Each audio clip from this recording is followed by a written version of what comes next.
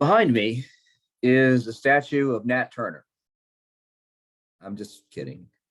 It's a statue of Toussaint Louverture, who, in effect, was the man that Nat Turner hoped to be, because whereas Nat Turner's rebellion faded out in a matter of about 72 hours or so, the slave revolt organized and conducted by Toussaint Louverture there ended up producing the world's second republic in the Western Hemisphere after the United States of America, the first Black republic anywhere, and composed of enslaved Africans on the island of what is now Hispaniola, Haiti is the area that we're thinking about specifically, on the western part. But it was these enslaved Africans who threw off the yoke of slavery, and they did it through a massacre of just epic proportions, thousands of killings of white French planters. And I emphasize French because they left other Europeans alone. They were targeting the French, they were targeting their owners. So bear this statue in mind as we discuss Nat Turner. I'm going to share the screen with you. And I'm going to tell you right now, this is kind of a rough cut. In fact, let's back up here. It's kind of a rough cut because it's been a very, very busy week for me. And I think it's been a busy week for a lot of people, and stressful. I've had a couple of students talk to me about being unusually stressed out and needing some assistance. I think I'm unusually stressed out. Actually, I think I'm doing fine. I'm just kind of spread too thin. But anyway, this what I'm hopeful of is for you to just take this in a sort of relaxed manner. Don't, just as my father used to say, just listen at me, okay? Because I want to, I just want to educate you, just want to talk to you. And that's by way of anticipating something that I'm going to talk to the class, to both classes. They're my American military history course. I'm teaching another course in war and world history. But before I proceed, I'd just like to point out that in your class, the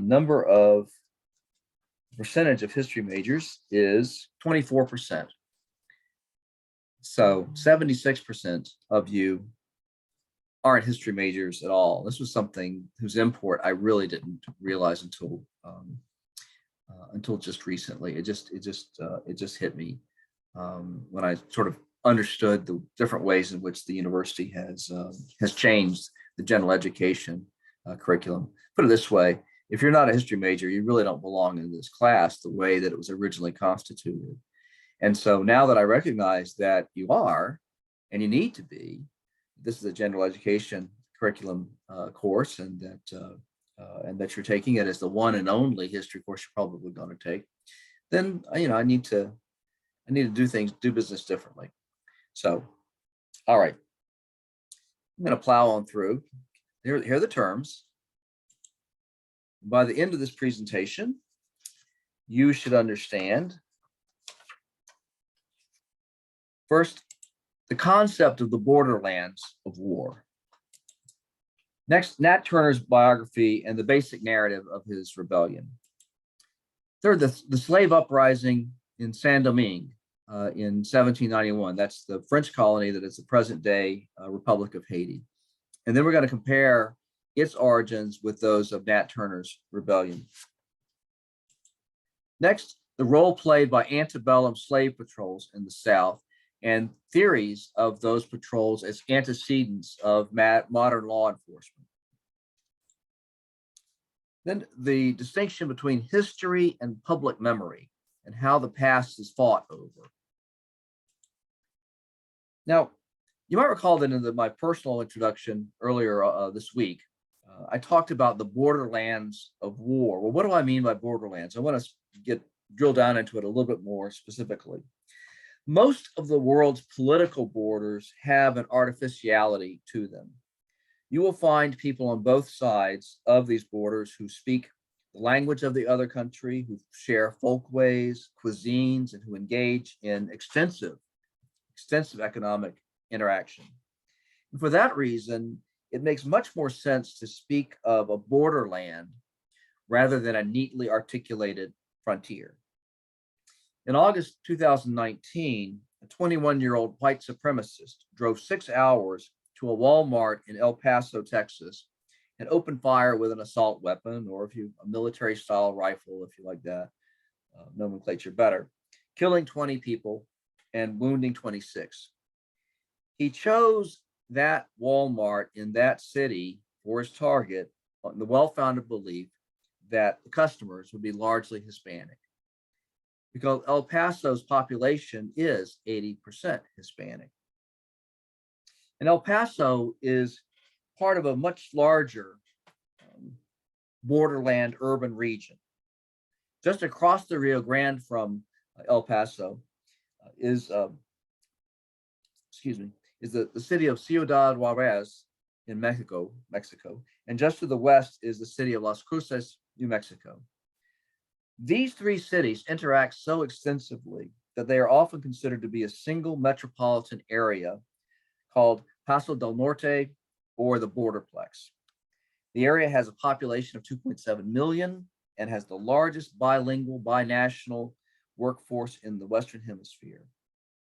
So when we think of war conceptually, it's useful to think metaphorically of the borderlands of war, types of violence that may not be war, but have features in common with war. And that's where I would place Nat Turner's Rebellion. Now, in terms of the narrative, Nat Turner's biography and the narrative of the rebellion, you already know it because of the videos that you should have seen earlier this week or before you got to this particular lecture that I'm just now putting together on Wednesday morning, or having ready to show you on Wednesday morning.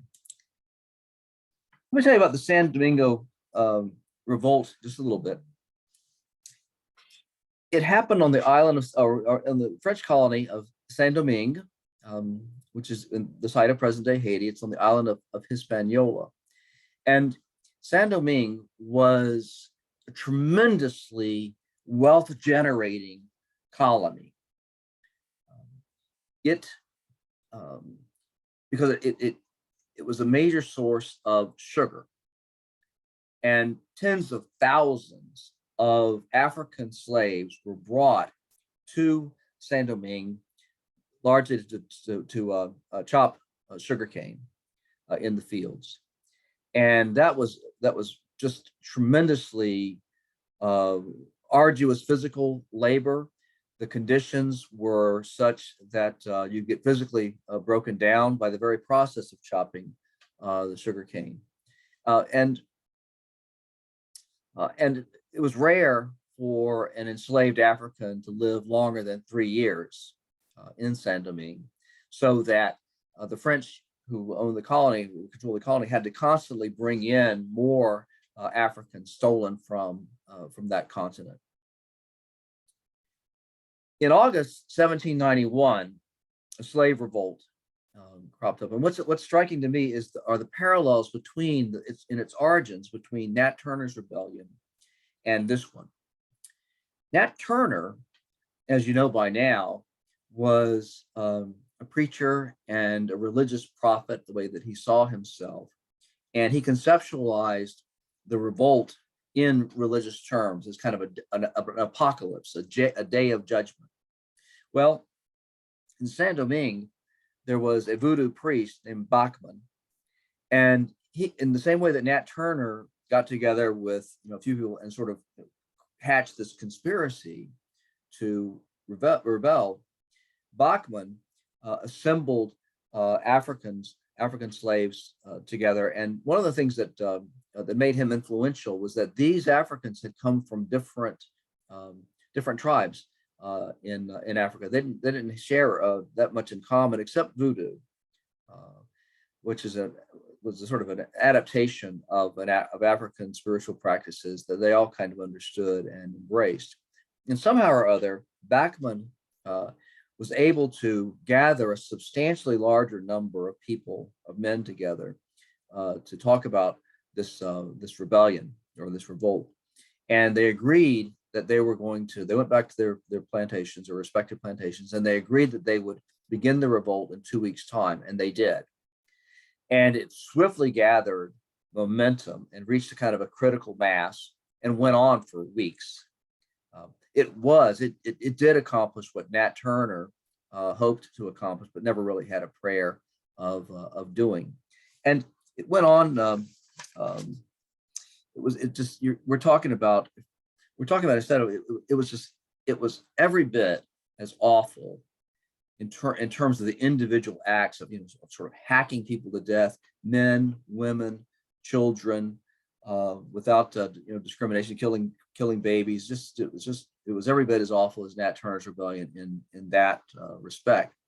So much so that in 1863, when Lincoln issued his Emancipation Proclamation, a German-born dentist, political cartoonist, and caricaturist who sympathized with the Southern cause, a guy named Adelbert John Volk, did this sketch. And it shows Abraham Lincoln writing the Emancipation Proclamation using ink from the Devil's Ink well and with a foot resting on the Constitution. And then there's some other bits of sort of heavy-handed symbolism. But on the wall is a painting. And here's a close-up of the painting. It's a portrayal of the Saint-Domingue massacre. Okay. I'm going to pause, let you guys catch a breath, get something to drink maybe or something like that, and then I'll be back on the other side.